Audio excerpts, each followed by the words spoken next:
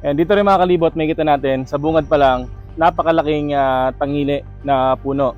And ito mga kalibot ay isang endemic na puno. Ibig sabihin guys, sa Pilipinas talaga ito matatagpuan. And sa taas nga nito guys, kahit daw tumingala ako dito, hindi ko masisilip or hindi ko makikita yung pinakatoktok nitong puno. So mga kalibot, 5 kami ngayon. And halos kalahati pa lang yung sakop namin para may yakap ng puno na to.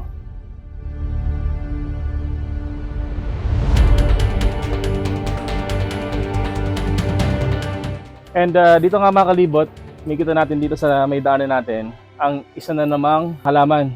So basahin lang natin guys. Ang pangalan daw nito ay Kappa-Kappa and ito ay endangered na. So nakalagay dito mga kalibot na kapag sinira or kapag kumuha ka ng ganitong bulaklak, pwede kang makulong 4 years up to 6 years. At merong pagmumulta mula 50,000 hanggang 500,000. Grabe ang laki.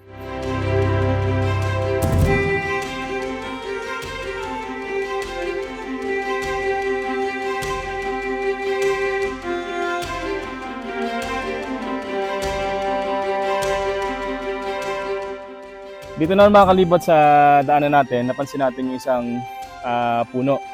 Sa amin, ang tawag nito ay tubog, sa iba naman tibig. Ang pangalan nito mga kalibot ay galing din sa salitang tubig. Kasi ang puno na to is nag-store talaga to ng tubig. And sabi nga guys, kapag gusto mo raw mag-build ng balon, maghanap ka lang ng ganitong puno and malaki yung tsansa na merong tubig sa ilalim. Dito nga mga kalibot sa tuktok, may kita na natin yung umuusok-usok. And dito sa daanan natin, may kita natin itong napakalaking tipak na kulay green. Pag ginawakan ko siya, malambot siya. So para siya nasa gitna ng buhangin at bato. Anong tawag niyo dito, Nay? Kaling ganito. Mga ganyang bato po, anong tawag dyan? Asupre. Asupre na ito. Yung ganyan. Ito guys, oh. Asupre na daw ang tawag nila ngayon dito. Minsan, herbal. Ah, ito? Opo. Ah. Dinidikdik ng pino, tapos lagyan ng gata, tapos pakuloan ng konti. Yan, ano na sa mga, yung kati-kati. Bata pa lang ako, gusto ko nang malibot ang buong mundo. Ngayong malaki na ako, simulan natin sa paglilibot sa buong Pilipinas. Kasama ang tropa, pamilya at mga bagong makikilala. Bumili ako ng lumang jeep na hindi na ginagamit at i-convert natin to para maging camper jeepney. Lalagyan natin ng kwarto, CR, sala, kusina, top load at may solar sa taas. Para kasaman tayo mapadpad, ready tayo. At pag napadaan kami sa probinsya nyo, tara! Sama! Lilibutin ang buong Pinas, isasama ko lahat ng may gusto. Pagdating ko dyan sa probinsya nyo, dapat ready na lahat ng mga gamit mo. Magpaalam ka na sa nanay mo, makiusap ka na rin dyan sa boss mo.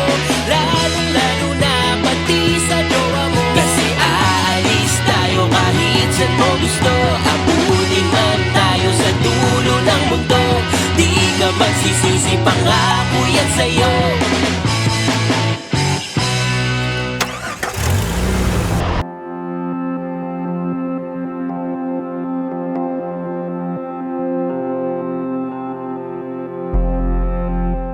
And ngayon pala mga kalibot, dito tayo sa bayan ng Burawin, dito pa rin yan sa Leyte. And tuloy pa rin yung ginagawa natin paglilibot sa Pilipinas.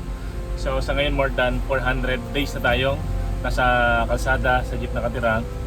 And today mga kalibot, aakyat tayo ng bundok. So pero before yon, mag-iikot-ikot muna tayo dito sa bayan ng Burawin. Tingnan natin kung ano yung mga pwede namin ma-share dito sa inyo.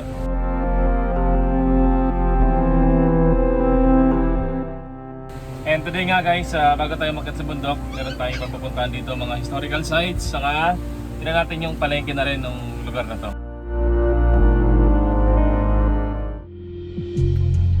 And ngayon nga mga kalibot, dito tayo sa Immaculate Conception Parish Church. And isa to guys sa pinakalumang simbahan sa buong Pilipinas. And itaniyo nga ito noong 1600. And kung makita nyo mga kalibot, ang disenyo nitong simbahan na to ay meron siya mga patulis-tulis. And sinasabi nito raw ay inspired ng neo-Gothic na architecture. And ngayong mga kalibot, ilang metro lang mula dun sa parkingan natin, may natin dito yung dalawang bell nitong simbahan. And nakalagay dito guys sa bell ng simbahan, anyo 1925. So halos 100 taon na itong dalawang bell dito. So talagang masabi natin na luma na talaga yung simbahan na ito guys. Isa to sa pinakalumang simbahan dito sa buong Pilipinas.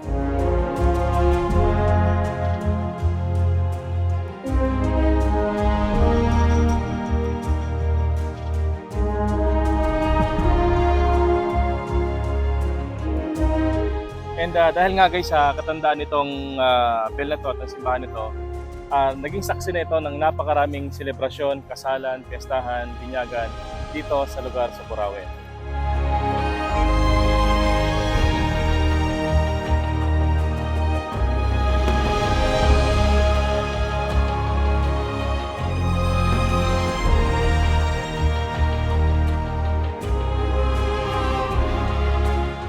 And dito nga guys sa paglalakad-lakad natin, may kita natin na under construction or renovation yung simbahan. And dito sila kuya, may kita natin guys na nag-aano sila ng sahig. Sir, good morning po. Pwede magtanong ho? Ano pong current na renovation yung ginagawa dito sa simbahan? Alcoba. Nagka-tiles ho. Itong labas natin, tiles lahat. Grabe ano. So, sobrang magiging maganda para lalo ito, ano? Ilang taon na po itong nire-reconstruct? 8 na nakatuwig. 8 taon?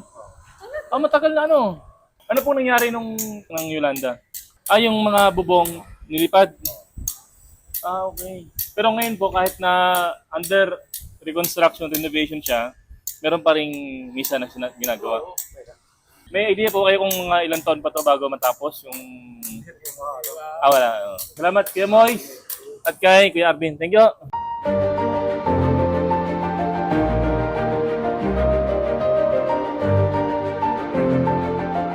Dito nga sa sentro ng Burawen ay makikita rin natin ang iba't ibang establishmento tulad ng Executive and Legislative Building, Tourism Office, Pasalubong Center at ang kanilang munisipyo.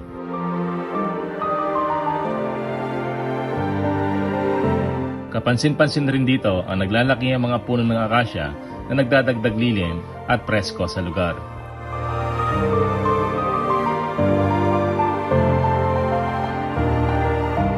Dahil nandito na rin ang palengke ay namili na rin kami ng ilang stocks na gagamitin natin sa mga susunod na araw. Mamaya kasi ay aakyat tayo ng bundok at wala daw palengke sa pupuntahan natin.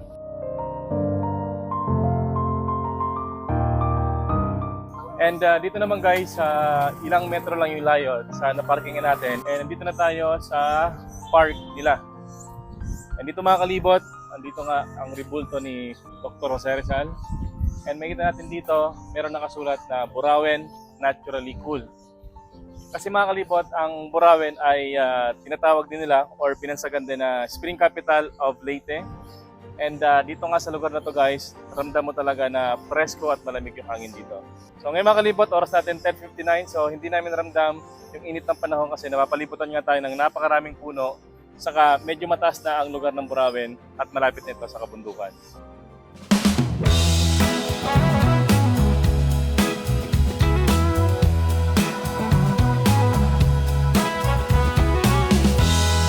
So dito mga kalibot, kapag diretso yung kalsada dito, yun yung papuntang Ulita sa Dulag. So tayo guys, kakanan tayo dito. Dito yung papunta ng Mahagnaw Lake. Yan guys, diretso tayo dito. They say you're alone now. They say that you ain't sound. But I don't believe any of that.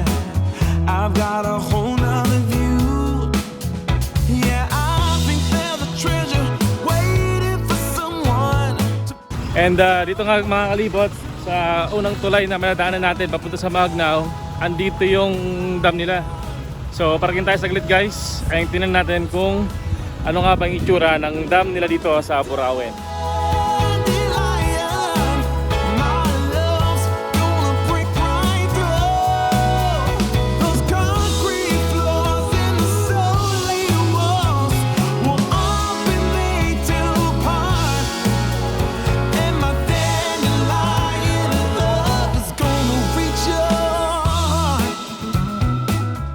So mga kalibot, andito nga tayo sa tinatawag na Daguitan Dam and meron tayong nakitang isang local dito and tanong tayo kung saan patungo itong irrigation na nasa kabila.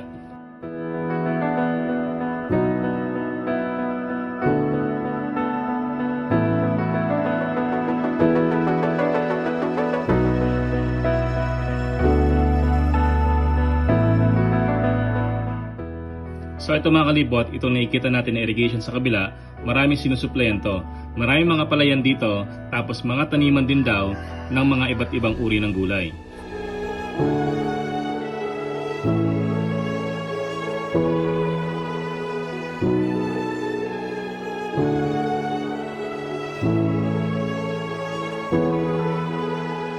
Ang supply ng tubig dito ay umaabot din daw sa mga kasunod na bayan tulad ng Hulita, Tabon-Tabon, Dulag at bayan ng Tanawan, Leyte.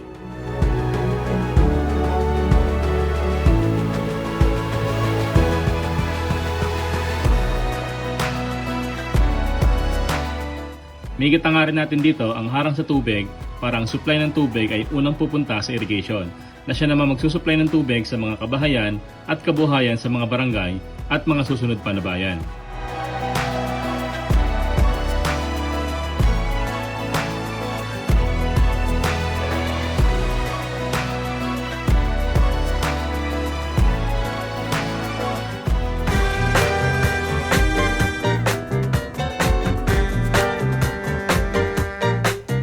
When I wake up early in the morning, and when I come home at night, everything is covered in darkness, and the sun is out of sight. I guess I'm living in the dark age, yeah, because I sure can't see no light. Ever since you left, there's been nothing but a cloudy sky, and there's no day, there's only night. Wala pa nga sa 5 minuto na biyahe natin ay makakarating naman tayo dito sa Marabong Bridge.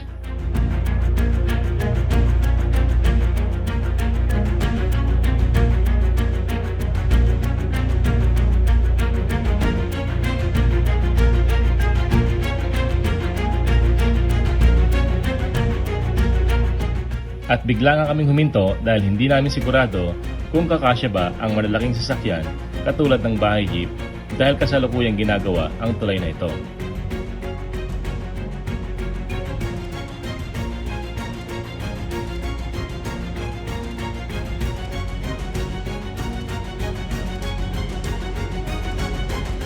At makikita nga natin na puro malilit lamang na sasakyan ang dumadaan dito.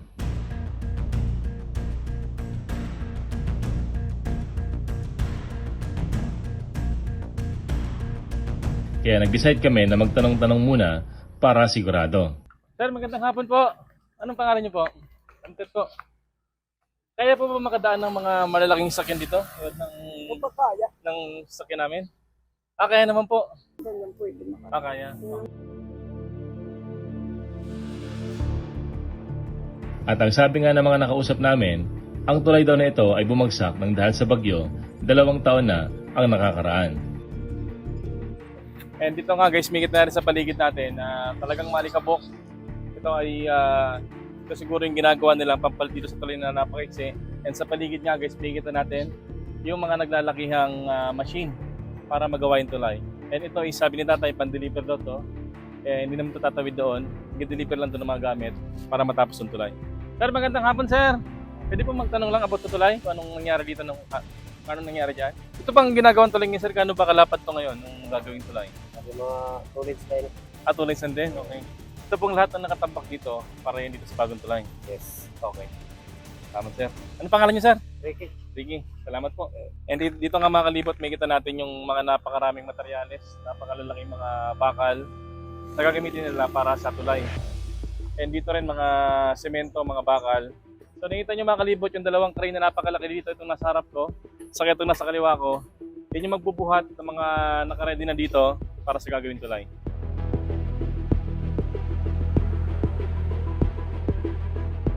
And dito nga mga kalibot, dito tayo sa may ginagawang tulay dito. And nakikita natin dito na may mga dumadang estudyante. Hindi kayo natakot na dumadaan dito? Matagal na kayong dumadaan dito? Nasaksiyan nyo yung pagbagsak ng tulay dito, pagkasira? Hindi naman delikado, di kayo natakot na biglang bumagsak ulit yung tulay? Ay, hindi naman. Salamat!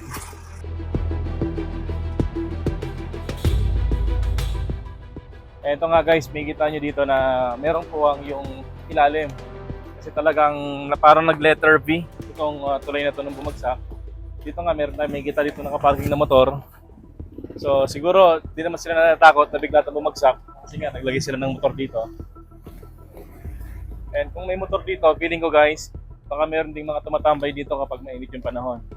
And ito na nga yung talagang pinaka binagsak ng tulay. Nakikita natin dito yung dalawang nakatukod na mga bakal para itong ginawa nilang temporary na daanan dito is hindi ito bumagsak. And ito rin, yung lumang tulay, ito yung nagiging, ito yung nagkisilbi nila na parang pundasyon dito.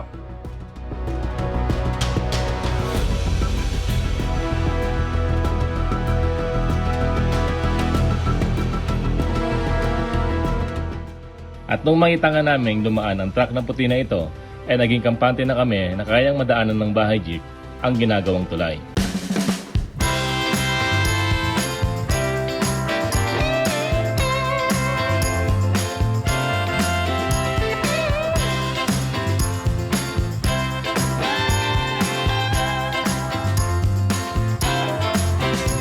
When up is down and down is up, when your half full glass looks like a half empty cup, when you're running into dead ends and everywhere you turn, well seize the opportunity, live and learn. Hey. And ngayon nga mga kalibot, makalipas lamang ilang minuto natin na biyahe, dito na tayo kakanan, papunta ng Mahagna Volcano. And dito guys, sa diretso na to, ito yung papunta ng MacArthur, Liloan, and kung pupunta ka ng Mindanao. So tayo ngayon mga kalibot, kakanan tayo kasi dito yung mga bundok and yung vulkan ng Burawin. Now every time of the man games, everybody seems to play. Well, it's a life lesson, cause that game is here to stay. If she leaves you for another, then text you with the news. Just thank her for a better understanding of the blues. Hey, go with the flow, with the flow. And mula dito guys, babiyahe naman tayo ng humigit kumulang 20 minutos, depende sa bilis natin. And baka medyo mabagal tayo dito guys kasi dahil sa mga napagtanungan namin, medyo marami daw paahon dito kasi nga bundok na yung pupuntahan natin. If the universe behaves. Sa mahigit isang taon nga na ginagawa na yung paglalakbay, ay napakaraming bundok na ang nakyat ng bahay jeep. Sino mag-aakala na ang lumang jeep na ito ang magdadala sa amin sa mga lugar na hindi namin inakala na mapupuntahan namin.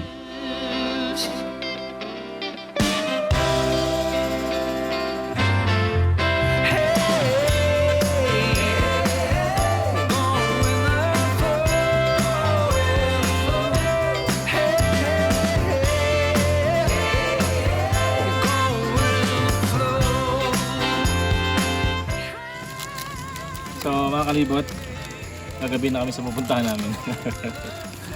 Kasi guys, ang ganda nga naman ng tanawin namin dito. So kita namin doon yung Sea of Clouds. Tapos dito guys, medyo malamig na yung hangin. Malamig dito guys. Hindi mo na kailangan ata ng electric fan kaya ang lamig.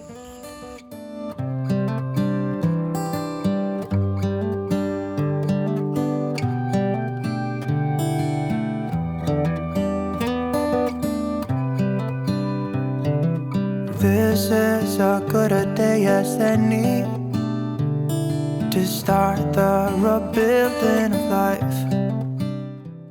Napakarami na nga naming napuntang lugar at nagawang ala-ala kasama ang bahay jeep namin. At ngayon nga, nakatambay kami sa tabing kalsada habang nagmemeryenda at pinagmamasdan ang ganda ng kalikasan. Simple lang kung iisipin, pero dahil kasama ko ang pamilya ko at mga kaibigan na nakilala namin sa paglalakbay na ito, masabi kong sa pagkakataong to ay wala na akong hahanapin pa.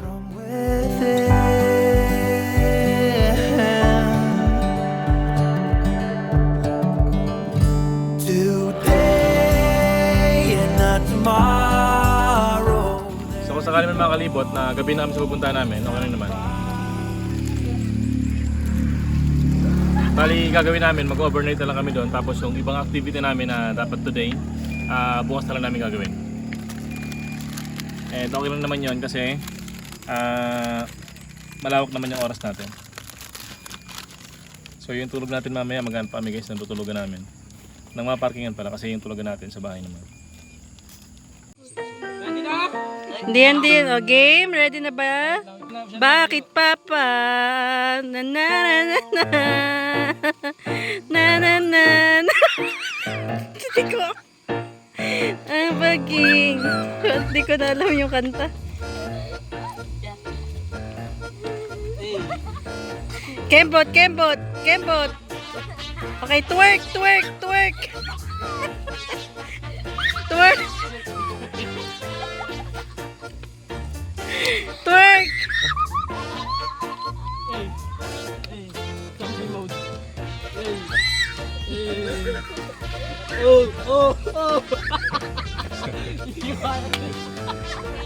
Hindi ko kaya yung twerk na ano eh.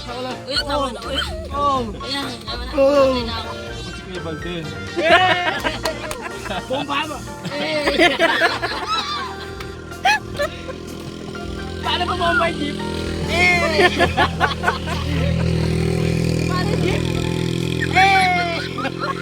Nagulat ka pag si Kuya ba niya? Kuya ba, naganda na ako. Papak doon!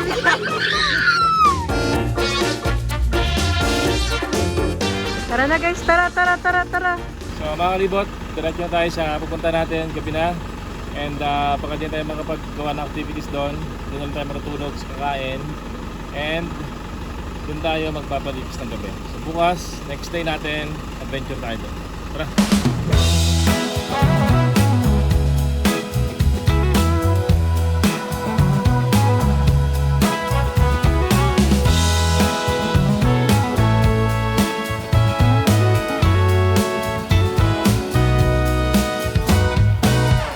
I've heard the rumor, I've heard the talk on the town. They say you're alone now. They say that you ain't sound. But I don't believe any of that. I've got a whole nother view. Yeah, I think there's a treasure waiting for someone to prove. And mula nga guys dun sa pinarkingan natin kanina kung saan tayo nagmerienda, mga 10 minutes lang na biyahe is nandito na tayo sa Mahagnaw Lake. Kaya ngayon nga mga kalibot, grabe sobrang lamig na dito. Grabe, lamig talaga. Mas malamig ba to sa ano, yung pinuntahan natin na peak sa Biliran? Ang lamig. Feeling ko, mapapajacket talaga tayo dito, lalo kung umulan. Hamog no, ramdam mo yung Oo. hamog. Lalo guys pag wala kang jacket at ganito nakamotor, ramdam mo yung hamog na tumatama sa balat mo. Promise, ang malamig talaga. Oh, grabe oh. Kita naman ata sa video yung hamog eh. Ang lamig dito guys. And dito nga mga kalibot, makarating na tayo sa Mahagnaw Volcano Natural Park Ecotourism Association. So ito guys yung kanilang landmark, and ito rin yung kanilang tarpaulin na may kita nga natin dito, yung napakagandang ground shot ng tatlong pinagmamalaking lawa nila dito sa tuktok ng bundok. And dahil gabi na nga mga kalibot, bukas na tayo mag-explore dito, bukas na tayo mag-adventure, and para mas makita natin yung ganda ng lugar. And tonight mga kalibot, dito tayo magka-parking, dito tayo matutulog, magluluto, and kinabukasan, another adventure natin.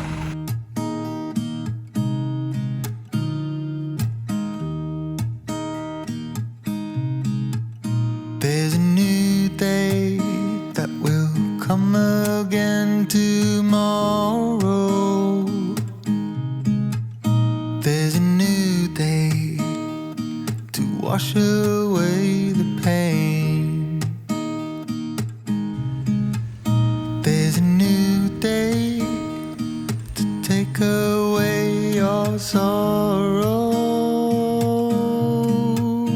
And the old ways get washed out by the rain. Good morning mga kalibot. So, andito tayo ngayon sa ating kusina. Ayan, magluluto po tayo ng sweet and sour fish. So, dahil maaga nagising sila, Kuya Val and sila Antet, sila po yung bumili ng isda dun sa nanguhuli sa may lawa. Tapos, pinirito na to ni Kuya Val kanina since wala kaming ref. Kaya naman, tayo yung magpe-prepare ng lunch natin. So, naghiwa na po ako ng carrots and ng sibuyas plus luya and bawang na lang yung ihiwain natin. And then, later on, ay lulutuin ko na siya.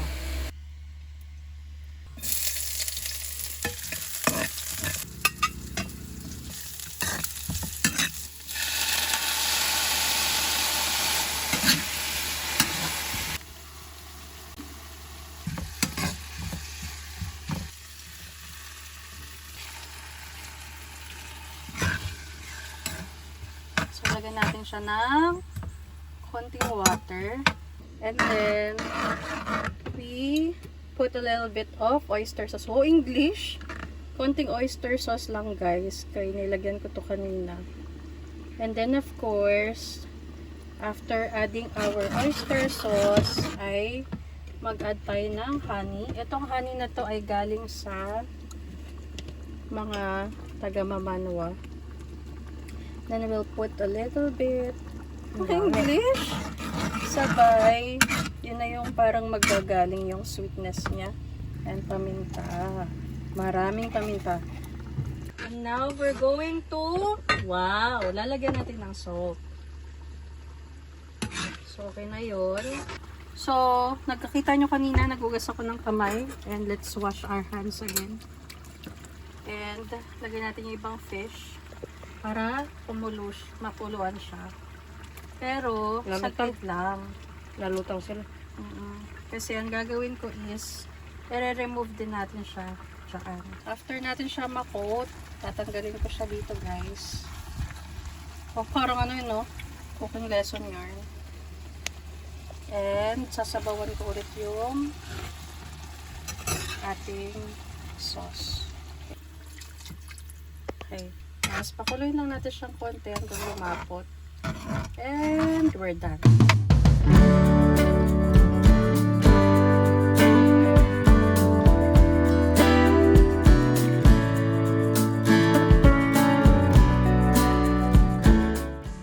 Good day guys.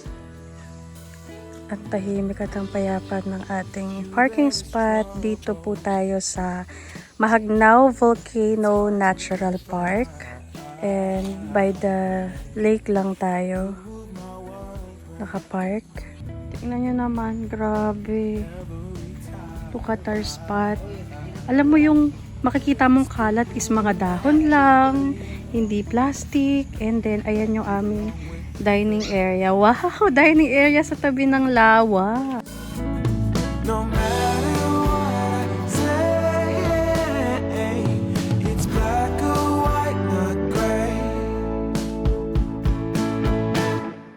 Gotta stay loose when next to you, for sure, or else you get bruised. Guys, look at the view. It's so beautiful. Ganda, grabe, relaxing ba magkain dito? Naku, ano pang hinihintay ninyo kung naghanap kayo ng kapayapaan? Ito na yung lugar na hinahanap nyo. Ito ay Crater Lake, o isa sa mga crater ng Mahagnao Volcano. And considered dormant volcano siya or inactive volcano. Nanguhuli sila ng mga hipon. Later, close up natin. And today guys, ito yung first day natin dito sa lake. And makita nyo mga kalibot, solo namin ngayon yung lawa dahil kami lang yung guest ngayon dito. Nagkataon na weekdays kaya wala sila masyadong guest. So si mami nagluto. And grabe yung ganito, no? Napakatahimik. May ibon din. And dito nga makita natin yung mga iba't ibang halaman na tumutubo dito sa Mahagnao Lake. Dito guys, merong kangkong. And feeling ko kapag dumami to, pwede naman kumuha dito para pangkain natin. And sabi na nakausap namin si Ate Mirna, pwede daw mamingwit dito ng tilapia and meron ding nahuhuli ditong hipon sa iba pang isda. So try natin kung makahuli tayo. And meron naman sila ditong kayak. Ito ay pinaparentahan. Tatanong pa natin kung magkano yung renta nito. And mamaya guys, magkakayak tayo.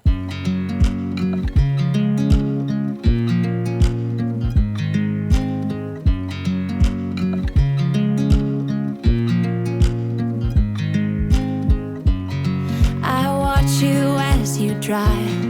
Do you know I'm looking? And I can't help but smile. Do you know how much I love you? You put my favorite song on. I put my feet up. And we just sing along. And I can't help but feeling just loving this moment. Can we stay here forever?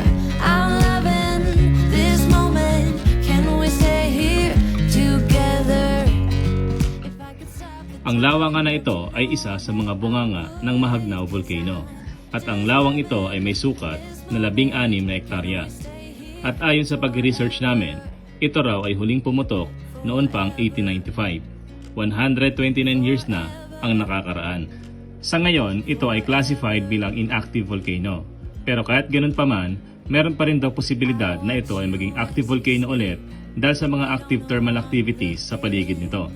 Ang sukat naman ng Mahagnao Volcano Natural Park ay aabot sa 635 na hektarya. At sa kasalukuyan nga, ang tubig sa lawa na ito ay merong halong sulfur kaya hindi ina-advise ng mga taga rito ang maligo dito sa lawa. I can't help but feeling I'm just loving this moment. Can we stay here forever? I'm loving this moment. Can we stay here together?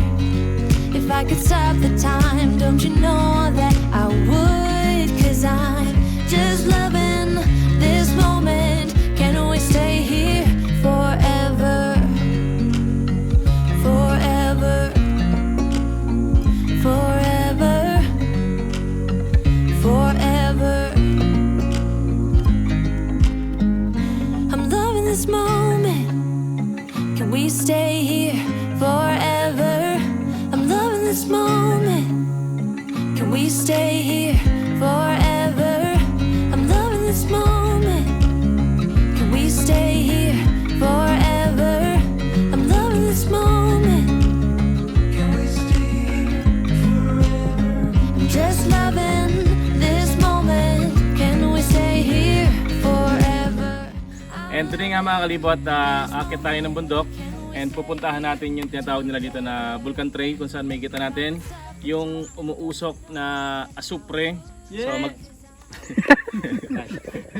and mula dito guys, maglalakad tayo ng 30 to 40 minutes daw. So in 2 hours nakabalik tayo dito. Tara! So guys, tayo ay pupunta ng Mahagnao Volcano. And dito nga mga kalibot, makikita yung dinadaanan namin. Talagang packet kami dito. Simula pa lang dito, bundok na yung kalsada. Kaya nga pala mga kalibot, ang guide natin today si Ate Malin. Kita niyo naman guys, si nanay. Kami hinihingal na, siya hindi pa. Sanay na si nanay sa bundok. Ilan taon na kayo na sa bundok tayo? 7. 57? Dito kayo lumaki? Ano po? Ay grabe. Dito panganak. Dito na lumaki. Hanggat nga ganito na yung edad ko. So yung gantong langaran na parang normal na sa inyo? Opo. Grabe. Ang una mahirap. Oo. Dito, hindi pa ito kalsada. Bukid pa. Bundok pa masyado. Damong kakahuyan.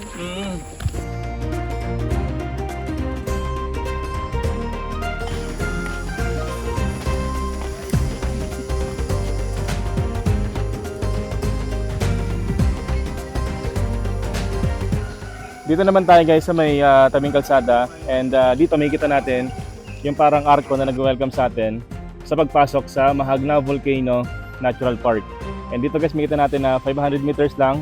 So malapit lang siya kung isipin pero malaman natin mamaya kung gaano ba kahirap yung dadaanan natin. Meron naman pala tandaan dito yung malaking bato na makikita natin. And meron din mga nakapaskil dito mga karatola. Leave the road, take the trails. And makikita natin dito yung maliit na pathway kung saan ito yung magiging guide na rin natin papunta ron sa pupuntahan natin. And dito rin mga kalibot, may kita natin sa bungad pa lang yung napakalaking tangili na puno. And ito mga kalibot ay isang endemic na puno. Ibig sabihin guys, sa Pilipinas talaga ito matatagpuan. And sa taas nga nito guys, kahit daw tumingala ako dito, hindi ko masisilip or hindi ko makikita yung pinakatoktok nitong puno. Kung saan nga, kaya nitong tumubo, kaya nitong tumaas hanggang 50 meters. So, 150 plus feet yun guys. Ay kung titingnan nyo mga kalibot, ilang tao yung kailangan dito para mayakap itong puno na to. Ayan ngayon guys, subukan natin kung kaya nating yakapin itong puno at ilang tao ang kailangan. Kulang tayo guys.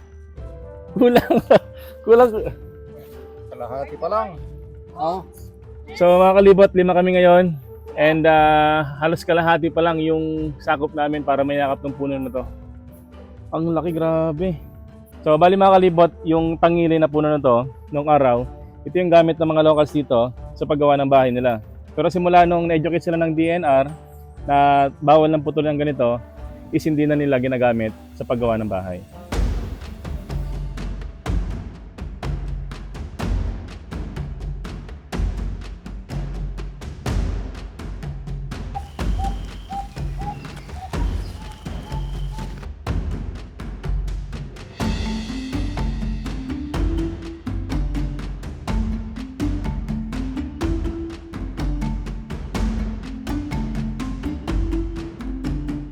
Dito na mga kalibot sa daanan natin, napansin natin yung isang puno. Sa amin, ang tawag nito ay tubog, sa iba naman tibig. Ang pangalan nito mga kalibot ay galing din sa salitang tubig. Kasi ang puno na to is nag-store talaga to ng tubig. And sabi nga guys, kapag gusto mo raw mag-build ng balon, maghanap ka lang ng ganitong puno and malaki yung tsansa na merong tubig sa ilalim. And yung sanga nito mga kalibot, kapag pinutol mo, yung tatagas na tubig doon is pwede nga daw inumin. Dahil nga, itong puno na to is nag-store talaga ng tubig sa katawan niya or sa trunk niya and sa mga sanga niya. And dagdag ko lang mga kalibot, yung bunga nun sa probinsya namin sa Bicol, ginagawa lang namin yun na trompo o laruan. Pero sa ibang probinsya, nilalaga yon at kinakain.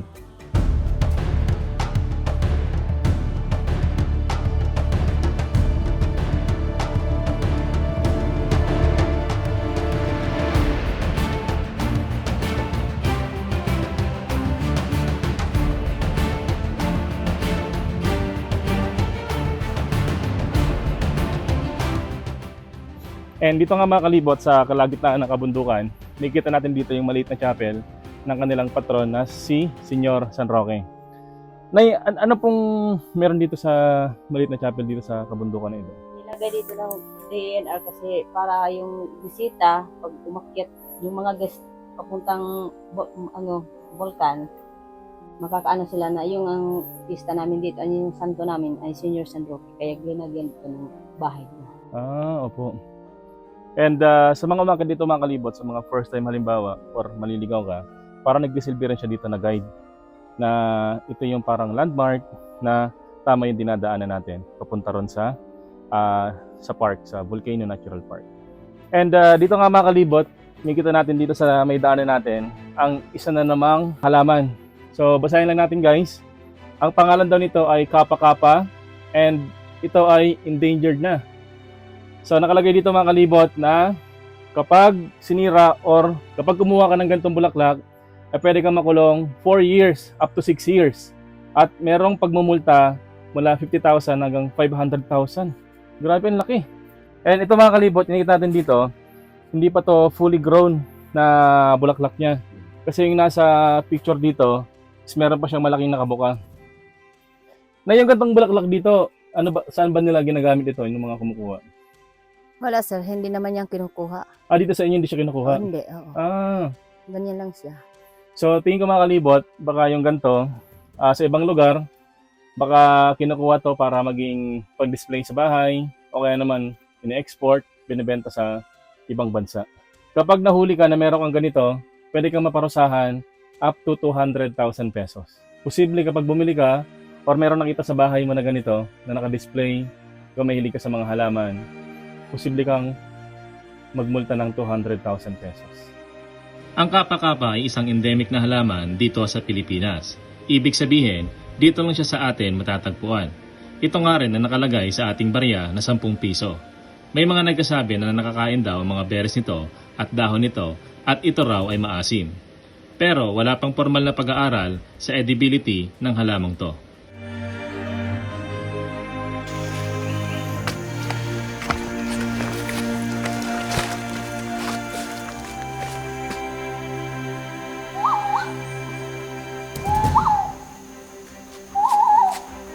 And dito nga guys, konting ingat lang tayo. Kasi makita nyo yung mga lumot, yung mga bato ng kulay green, napakadulas.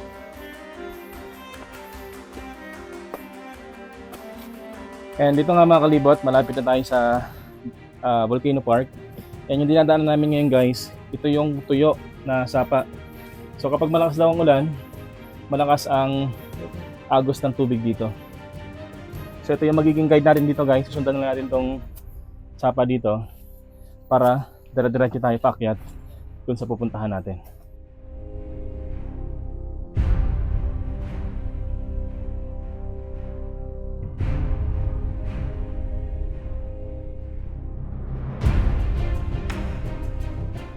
Ngayon nga, mga 5 minuto pa lang tayo naglalakad paakyat, kaya unti-unti na nating naamoy yung amoy na parang imbornal, amoy kanal. Isa to sa palatandaan guys na malapit na tayo sa pinagmumulan ng sulfur. And mga kalibot, sa mga mag-aalala no, ang sulfur naman guys hindi siya ganun talaga kadelikado sa kalusugan ng tao, nabasa na rin namin. Maliban na lang kung dito ka titira, araw-araw mong maamoy, yun is talagang makaka-apekto sa kalusugan natin.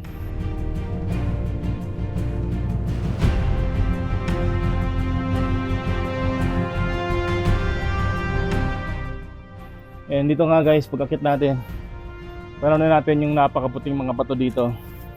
And dito rin, napakalakas na ng amoy. Ang tapang. And dito nga guys, sa may bungad no, kung saan malakas na yung amoy ng sulfur, may kita natin dito yung iba't ibang kulay ng mga bato. So mula kanina, panay lupa lang yung nadaanan natin. And ngayon nga dito, may kita nyo merong violet, merong kulay puti, merong kulay dilaw, merong mamula-mula, at meron ding kulay brown. So wala kaming idea kung anong mga batong ito. Na-amaze lang kami, and ito yung observe namin habang papalapit tayo doon sa magbubuga ng sulfur. Dito nga mga kalibot sa tuktok, may kita na natin yung umuusok-usok. And dito sa daanan natin, may kita natin itong napakalaking tipak na kulay green. Pag ginawakan ko siya, malambot siya. So para siya nasa gitna ng buhangin at bato. Anong tawag niyo dito, Nay? Haling ganito. Mga ganyang bato po, anong tawag diyan? Asupre. Asupre na ito. Yung ganyan. Ito guys, oh. Asupre na daw ang tawag nila ngayon dito. Minsan, herbal. Ah, ito? Opo. Ah. Dinidikdik ng pino, tapos lagyan ng gata, tapos pakulon ng konti. Yan, ano na sa mga, yung kati-kati. Ah. Yung tinatawag na, Para mga rashes? opo, yung... Parang Dr. ano ba ito tawag dito sa amin? Mga buni, saka yung... Punjay. Mga fungal infection. Opo. Yan ang... Galing. Yan ang nilalagay sa mga makati-kati.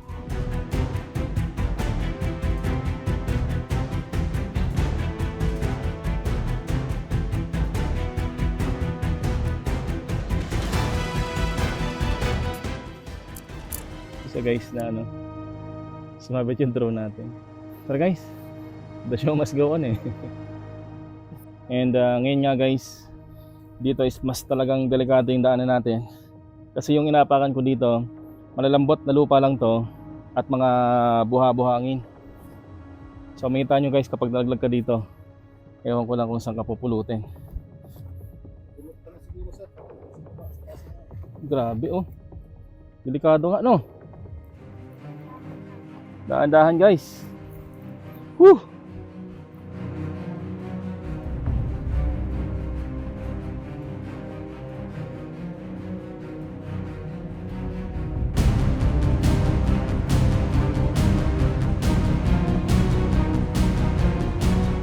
And dito na tayo guys sa pinaka-peak. And makita nyo na marami tayong kasama today. And ano yun na, itong lugar na to is dinarayo na talaga ng mga turista. Kamusta po sa taas? Maganda. Maganda? Maganda.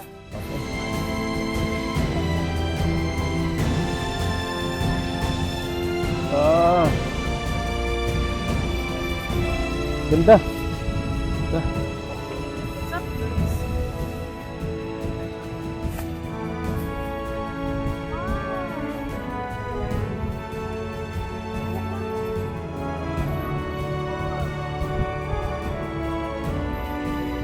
Uy, ang ganda guys oh. Ganda!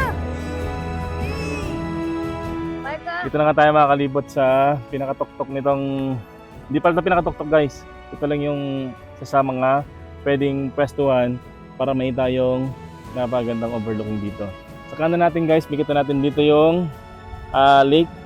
Andyan yung mga wild ducks na meron ding multa kapag hinuli. And dito naman sa kabila, yung Mahagnaw Lake kung saan tayo naka-parking. Ang ganda no? Hindi ako sumama, di ko makikita. Ang daming bundok no, grabe oh. Sunod-sunod. And dito pala guys sa kinatatayuan namin kung saan napakaganda ng view. Nasa ibabaw kami ng puno. Kaya pala guys yung tinatapakan namin doon kanina medyo malambot. Malambot ang Tapos kung titingnan yung paligid guys, puro ugat siya. Sa taas pala tayo ng puno. Sa taas lang kami ng puno. So yung mga ugat, siya lang yung parang nagpakapit sa mga lupa, Sa mga dahon. sa mga dahon, tapos sinubuan na lang siya ng mga halaman dito. And buti na lang merong malaking puno dito.